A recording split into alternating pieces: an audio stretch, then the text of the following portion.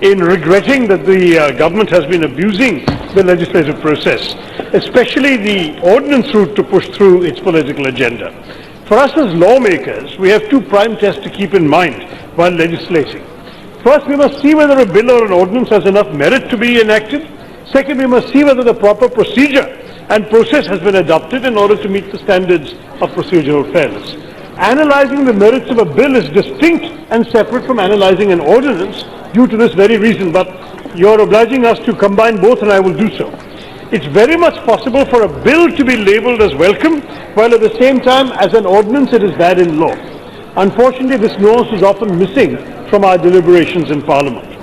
Now, I'm not saying we don't need ordinances, but the manner in which we exercise ordinance making is something we need to be conscious about and cautious about as well.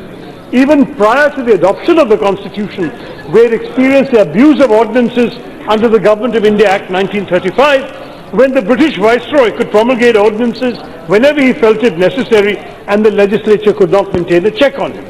That's why when Article 123 of the Constitution was framed, it had limited the powers of ordinance in order to prevent the growth of a legislative authority parallel to the Parliament. As per Article 123, an ordinance can only be promulgated once the President is satisfied that there exist emergency circumstances which render it necessary for immediate action. In fact, when this provision was being debated in the Constituent Assembly, members did raise the same fears of misuse that Premachandran and I have done today, and Dr. Ambedkar replied, assuaging the fears of the members by saying the ordinance power can only be invoked when emergency situations, quote, suddenly and immediately arise, unquote, when the Parliament is not in session. Even one of the most important senior members of this previous government, Sri Arun Jaitley, when he was leader of the opposition, said, and I quote, an ordinance under Article 123 is only issued when issues of extreme urgency arise and cannot await a forthcoming Parliament session.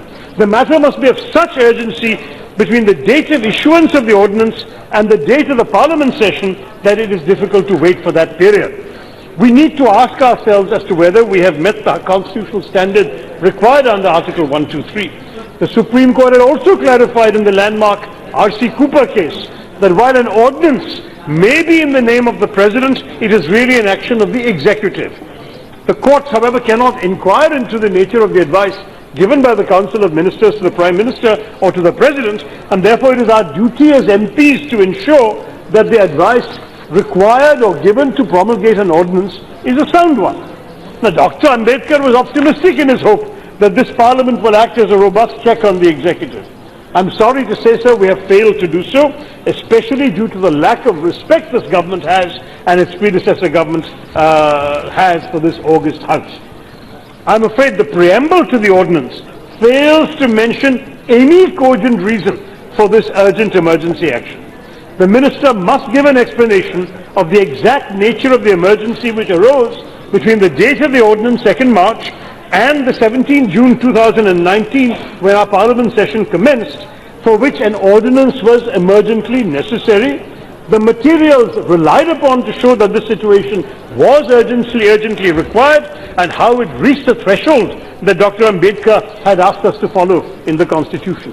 The Minister must also list the steps taken in pursuance of this ordinance during the period. If the Prime Minister truly believes in the idea that this Parliament is a temple of democracy, then he should explain the reasons before this House, rather than treating this House as a mere rubber stamp for the government's political agenda. The ordinance process, as envisaged by our founding fathers and mothers, was intended to enhance the constitutional process. I regret to note that instead the government is using these powers to bypass and subvert the constitutional process. Last week, we just took an oath, all of us, to serve, to protect, to defend the Constitution of India. If we fail to insist on these constitutionally mandated procedures, then we will be failing in our oath to protect the Constitution. Mr. Chairman, I would now like to turn my attention to the bill itself, since you're combining both. The Honourable Minister gave us a lengthy history of the idea of SEZs coming up during the Vajpayee era, etc., but he failed to mention that special economic zones received statutory recognition only with the passing of the SEZ Act in 2005. You mentioned that was when it started. Very good. due to the economic vision of former Prime Minister Dr. Manmohan Singh. I somehow missed that. But let me just say that old India should also start giving credit to new India should start giving credit to old India also once in a while. He realized the need to have special zones with tax incentives. I don't think that's for, instead of giving a text, I wish the honourable member would have heard what I had said. Okay. I genuinely missed that particular. I didn't hear the word Dr. Manmohan Singh, but if you said it, I'm very pleased. We need not get Okay. Keep doing it. Keep giving us credit. It's not about who the Prime Minister was. I gave credit to all of them. But if they do not want the credit and only want Dr. Manmohan Singh, I'm happy to say that Congress had no role in it, only Dr. Manmohan Singh had a role. Honestly, the Honourable Minister should really say things worthy of his stature. Our Prime Minister just told us how important it is to recognize the names of leaders who deserve credit. The Prime Minister of India, Dr. Manmohan Singh, had an economic vision, and he said that the idea was to have special economic zones with tax incentives to boost manufacturing, exports, and generate employment. Unfortunately, we are yet to realize the vision of the SEZ Act of 2005. Under the present government, it is disappointing to note that unfortunately, far from the target of creating 100 million new jobs, unemployment has now reached the highest rate in nearly 45 years. And during UPA 2, even when the world was suffering from recession, our exports increased by 126% under Dr. Manmohan Singh, but in the last 5 years, our exports have barely increased by 10%. In fact, in 2017, this government notified Parliament that half the land notified for SEZs are lying vacant. That's 45,711.64 hectares of land lying vacant, which have been notified for SEZs. We have also been told by the government in answers to Parliament questions, 150 SEZs are non-operational. Now, I would appreciate it if the Minister can provide the Parliament in his reply with the latest figures on how many SEZ units are lying vacant. The Minister could inform the House as to whether a comprehensive review of SEZs has been conducted. If so, what are the structural reforms which this government will undertake to ensure the maximum utilization of SEZs? Honourable Minister, I was addressing the question to you. Have you conducted a review, and what structural reforms will you undertake, sir? And if a review has not been undertaken, will you undertake one in a time-bound manner so we know on what basis this policy is advancing? We also know that some SEZs are stuck due to litigation, cases stuck in court. We're all aware of how long it takes for our courts to dispose of cases pending before them. The delay of justice is truly a denial of justice, but we can't always blame the judges for the delays because they are extremely overburdened. Therefore, we need to boost funds allotted to the courts, help set up additional facilities, undertake judicial reforms, or create special courts in the SEZs before SEZs can truly become an effective tool for economic growth. Now, the question of the land being a state subject has been mentioned, but the Centre can easily take the initiative to coordinate with states to frame uniform SEZ policies, to set up single window for clearances, and to facilitate the smooth inflow of investment and capital.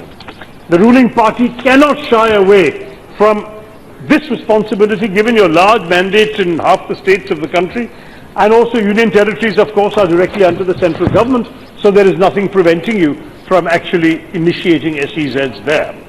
Now, your bill is empowering the government to notify any entity as a person to be eligible for the benefits under the SEZ Act by amending Clause V of Section 2 of the SEZ Act 2005. Now, that means you want to include trusts, for example, under this definition under the bill, but can you give us examples of such entities or trusts which may have availed of this provision under the ordinance? Can you also give us other examples of the kinds of entities you have in mind who ought to be included in the definition of a person, apart from those specified? See, the bill, by delegating large powers to the government to notify who may qualify for benefits under the Act, can also increase the scope for misuse of the law to benefit select individuals, as Mr. Premachandran has alleged. As they say, the road to hell is paved with good intentions, and while I don't doubt the Minister's good intentions, I would appreciate it if he can explain to us how and why the extent of legislative powers must be delegated to the executive and how it will not be misused. We've already heard accusations of land grab under the guise of SEZ activity.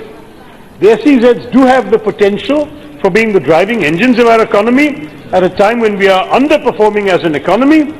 It's time for us to fulfill their potential, and I want to stress that, as I said, it is possible to disapprove of an ordinance without disapproving of the bill that follows. My queries are raised in that spirit, Mr. Minister. I wish to stress that we in the Congress are proud of India's economic growth, and we will not stand in the way of anything that may help advance our country's economic growth. But I would urge the government to do the right thing in the right way. In other words, stop resorting to ordinances, bring bills to this Parliament's consideration and debate. Jai Hind. Thank you.